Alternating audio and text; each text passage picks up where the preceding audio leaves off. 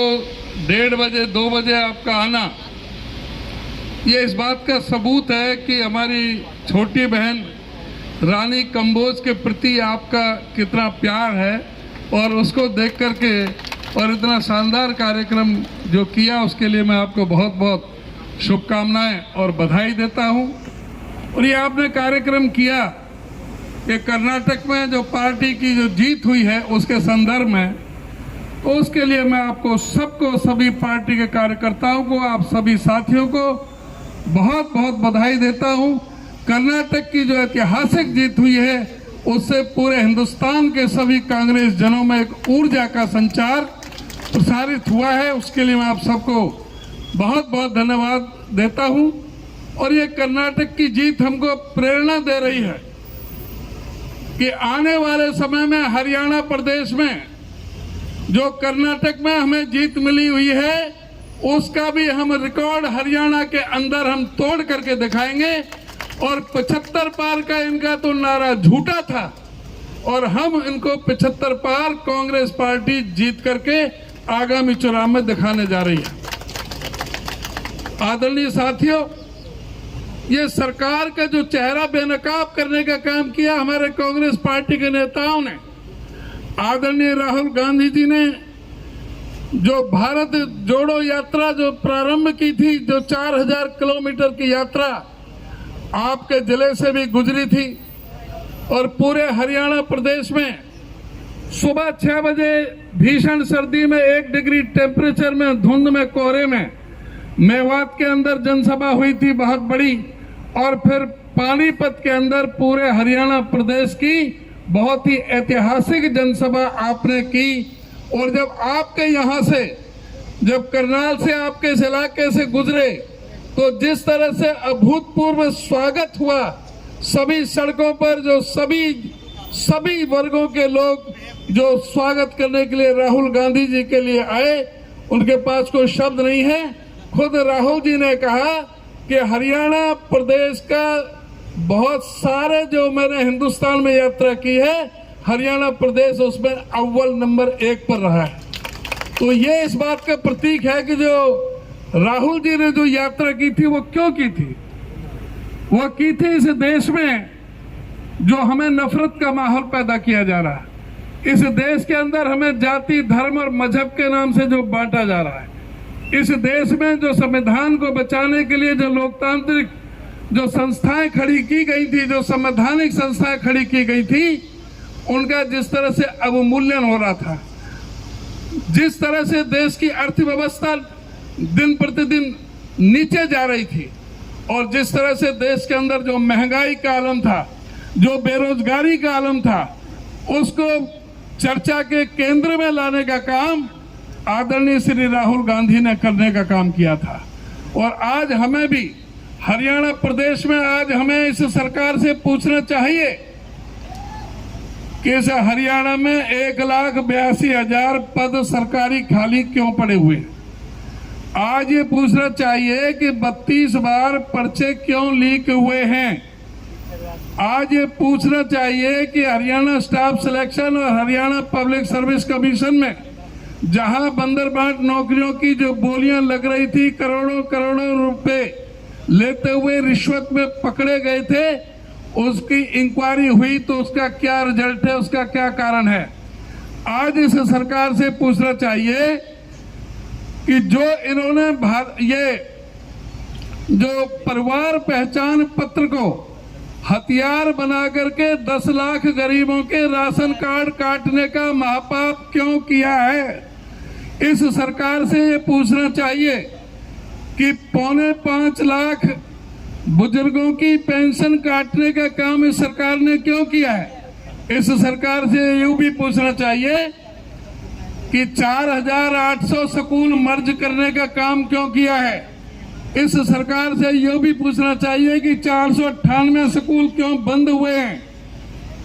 आज सरकारी स्कूलों में 30,000 अध्यापकों के पद क्यों खाली पड़े हैं।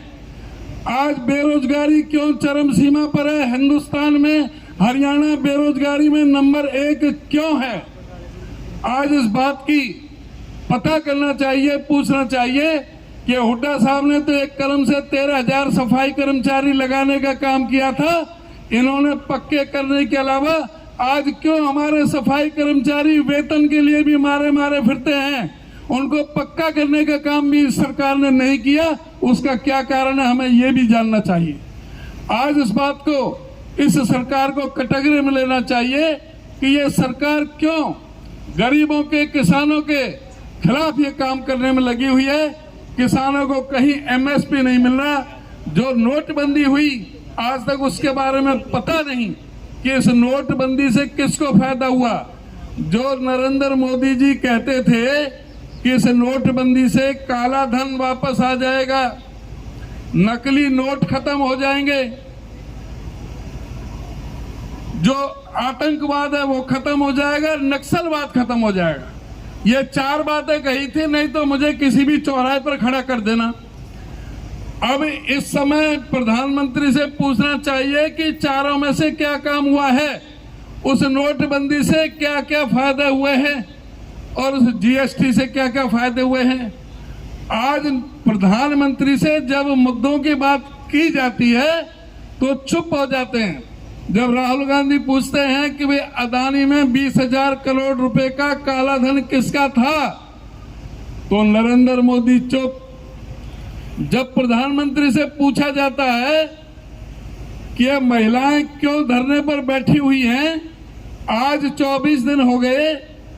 आज जो तुम बात करते थे कि बेटी बचाओ और बेटी पढ़ाओ की, जिन हमारी बेटियों ने देश में विदेश में अंतर्राष्ट्रीय स्तर पर ओलंपिक, कॉमनवेल्थ और एशियाड में हमारा नाम रोशन किया, आज उन बेटी हमारी क्यों आज बैठी हुई हैं धरने पर। आज पूछना चाहिए कि संदीप सिंह मंत्री आज क्यों बैठा हुआ है। आज भी आज पूछना चाहिए प्रधानमंत्री को कि पुलवामा का सच आना चाहिए कि नहीं आना चाहिए। ये पुलवामा के ऊपर चुप्पी क्यों है। आज जो बातें पूछी जाती हैं, जो मुद्दे की होती हैं, बेरोजगारी पर बात नहीं करते, कहीं जो करप्शन की बात आती है तो उस पर कोई बात नहीं करते, लेकिन और उल जलूल और जो लोगों को बांटने में, नफरत की बातें पैदा करने में लगे हुए हैं। इस सरकार को उखाड़ फेंकने के लिए आपको कृत संकल्प होना पड़ेगा। हमारी पार्टी ने, चौधरी भूपेंद्र सिंह हुड्डा जी ने, हमने मिलकर के ये फैसला लिया है कि अगर हमारी सरकार सत्ता में आती है तो जो भी कर्मचारी हैं उनकी ओल्ड पेंशन को हम दोबारा से लागू करने का काम करेंगे।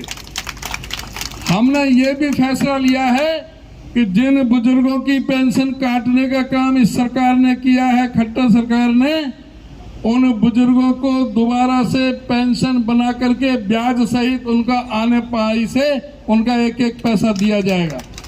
हमारी पार्टी ने यह भी फैसला लिया है कि बुढ़ापा पेंशन जिस दिन हमारी सरकार बनेगी, 1 महीने बाद जो बुढ़ापे की पेंशन मिलेगी वो 6,000 रुपए प्रति महीना के हिसाब से बुढ़ापे की पेंशन दी जाएगी। हमारी पार्टी ने यह भी फैसला लिया है कि एमएसपी का किसी से भी, जो एमएसपी का किसी भी सूरत में, जो एमएसपी का जो दाम है, किसी भी किसान की फसल एमएसपी से कम नहीं बेचने दी जाएगी। हमारी पार्टी ने यह भी फैसला लिया है कि गरीबों को 100-100 गज के प्लॉट दोबारा से दिए जाएंगे और 100-100 गज के प्लॉट केवल ना दिए जाएंगे, उन पर 2 कमरे का मकान, किचन, लैट्रिन, बाथरूम बना करके गरीबों को बांटने का काम करेंगे। हमारी पार्टी ने यह भी फैसला लिया है कि एससी कमीशन का दोबारा से पुनर्गठन करेंगे, उनको पूरी तरह से अधिकार संपन्न बनाने का काम करेंगे। हमारी पार्टी ने भी फैसला लिया है कि जो हरिजन कल्याण निगम और बैकवर्ड क्लास निगम के जो कर्जे हैं, जिस तरह से पहले 483 करोड़ का कर्जा माफ किया था, उसी तरह से दोबारा से हम गरीब आदमियों के कर्जे माफ करने का काम करेंगे। तो इस तरह से सभी मुद्दों पर, और सबसे बड़ी बात जो कहते हैं ना, महंगाई की बात, हमारा बाबा रामदेव भी आंख फड़का फड़का के कहता था कि अगर 35 रुपए लीटर डीजल चाहिए तो नरेंद्र मोदी को प्रधानमंत्री बना दो।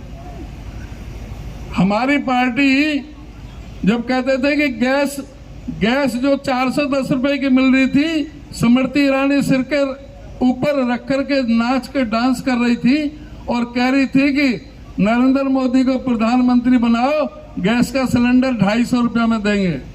अब आप ये तय करो कि क्या इन्होंने जो कांग्रेस पार्टी की सरकार में डीजल का जो 55 रुपए का रेट था, वो इसलिए था कि डीजल पर 3.5 रुपए का एक्साइज ड्यूटी कांग्रेस सरकार लेती थी, जिसको आज ये 32.5 रुपए लीटर के हिसाब से लेते हैं। अगर जो कांग्रेस के बराबर ये टैक्स ले तो आज ही डीजल के दाम 30 रुपए गिर सकते हैं। रसोई गैस हम 410 रुपए का देते थे सिलेंडर, वो इसलिए देते थे कि एक सिलेंडर के ऊपर 827 रुपए की सब्सिडी कांग्रेस सरकार देती थी। अगर आज 1150 का सिलेंडर है तो उसमें से 827 माइनस कर दो, आज गैस का जो सिलेंडर है वो 350 रुपए का होना चाहिए। इन लोगों ने धोखा दिया है और झूठ बोल करके राजनीति की है। इन लोगों को सबक सिखाने की जरूरत है। इसलिए मैं आपसे अपील और आपसे निवेदन प्रार्थना करूंगा कि आप आपस के मतभेद भुला दें और इस सरकार को, जो आम जनता के विरोधी है, किसान के विरोधी है, मजदूर के विरोधी है, कर्मचारी के विरोधी है, दुकानदार के विरोधी है, किसी के भी पक्ष में सरकार नहीं, सिर्फ झूठ के पुलंदा हैं, झूठ के गुब्बारे छोड़ते हैं, इसके अलावा कुछ नहीं। इस सरकार को उखाड़ फेंकने के लिए कृत संकल्प हो जाओ और आपकी जो जीत कर्नाटक से बहुत ज्यादा बेहतर ढंग से आप हरियाणा में आप जीतोगे। इन्हीं शब्दों के साथ मैं आज जो इतना शानदार जो कार्यक्रम हुआ, एक बार मैं पुनः बहन रानी कंबोज का बहुत धन्यवाद करता हूं और सबका बहुत बहुत धन्यवाद करता हूं कि इतनी भीषण गर्मी में आप सब लोग आए। आप सभी का बहुत बहुत धन्यवाद।